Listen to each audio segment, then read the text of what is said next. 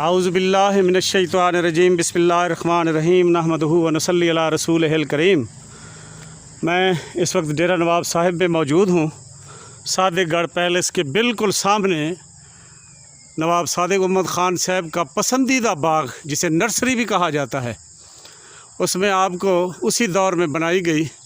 एक बहुत ही प्यारी छोटी सी मस्जिद दिखाने के लिए ले आया हूँ, जो अगरचे अच्छी हालत में अब नहीं है, लेकिन उस दौर में इस बहुत बड़ी नर्सरी को,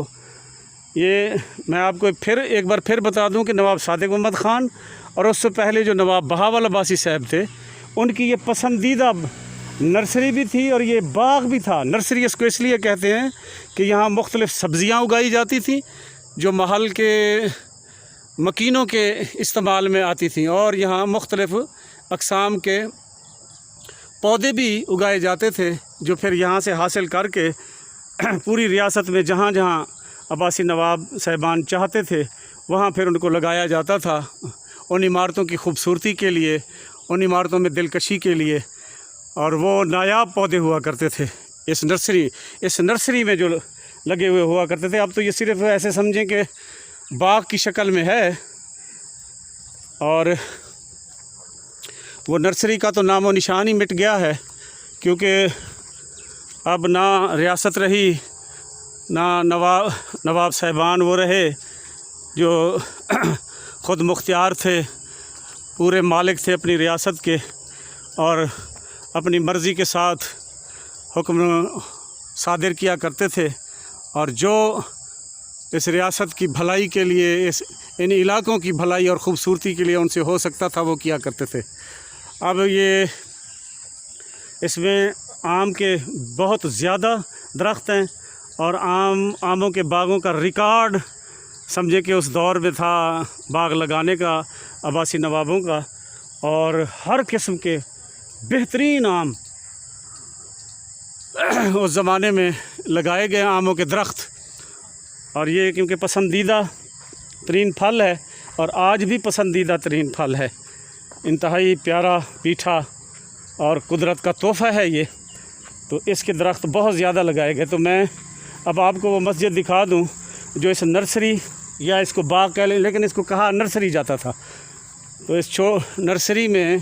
काम करने वाले अमले के लिए एक मस्जिद तामीर की गई थी। अगरचे अब ये उस हालत में नहीं है क्योंकि इसकी अब छत भी मौजूद ना है, लेकिन ये अब्बासी नवाबों का वतीरा था कि जहाँ भी वो कोई इमारत तामीर करते, या जैसे ये बाग था, इस तरह की कोई नर्सरी वगैरह लगाते, बाग लगाते, तो क्योंकि फिर वहाँ अमला तैनात किया जाता था, तो उस अमले की रिहाइश के लिए और उनकी दीनी रसूमात की अदायगी के लिए मस्जिद की तामीर हर हाल में किया करते थे। यानी अगर मस्जिदें हम गिनने पर आ जाएं रियासत की, तो हज़ार हा की तादाद में आपको मिलेंगी, और जहाँ भी छोटी सी तामीर अब्बासी नवाबों ने की है वहाँ हर हाल में मस्जिद मौजूद है। ये बहुत ही खूबसूरत मस्जिद थी। अब इसकी तो छत भी नहीं रही, ये देखें ऊपर से ख़ाली है, क्योंकि इनकी छतों में उस ज़माने में तामीर की गई इमारत की छतों में और इमारत में इंतहाई कीमती सामान इस्तेमाल किया जाता था, जो फिर लूट मार का बायस बन गया लोगों के लिए। और क्योंकि वो इंतहाई कीमती लकड़ी इस्तेमाल की जाती थी, लेकिन अब भी कुछ लोगों ने इसको सरसब्ज़ रखने की कोशिश की हुई है। अगरचे मस्जिद का सहन है, या ये एक ही कमरा था मेरे ख़्याल में मस्जिद का नमाज़ पढ़ने के लिए, और इसके आगे जो बरामदा है अब उसका नामो निशान नहीं रहा। अगरचे ये देखें, ये गुलाई में आपको ये दिखाई दे रहा होगा, ये देखें, इसी से आप अंदाज़ा लगाएं कि इसका जो बरामदा है ये गुलाई में है। ये देखें, वो आपको सामने ये नीचे ऐरे से दिखाई दे रहे होंगे, ईंटें दिखाई दे रही होंगी, और ये इंतहाई यकीनन इतनी खूबसूरत डिज़ाइन में जिसका बरामदा है, ये दीदा ज़ेब मस्जिद होगी। लेकिन ये अब बरामदा इसका क्योंकि ख़त्म हो गया है और ये मलबा पड़ा है,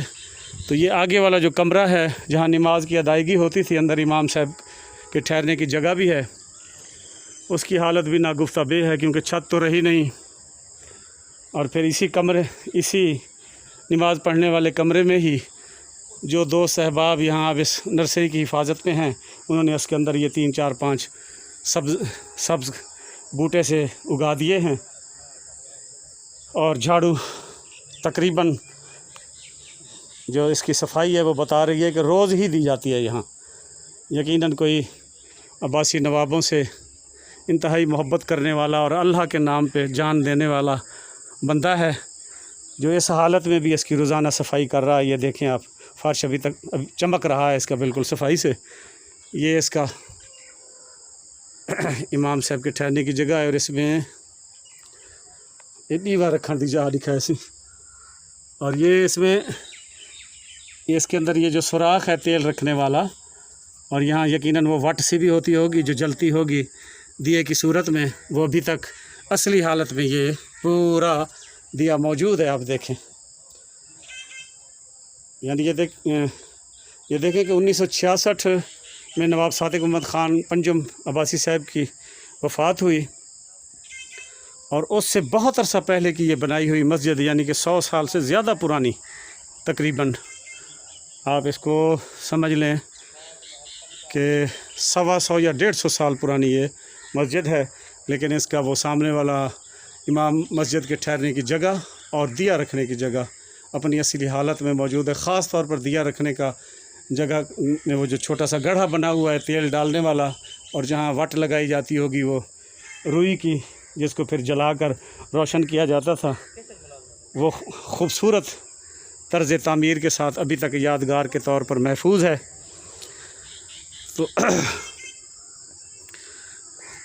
उस दौर में तो इसका दरवाज़ा देखने के काबिल होगा,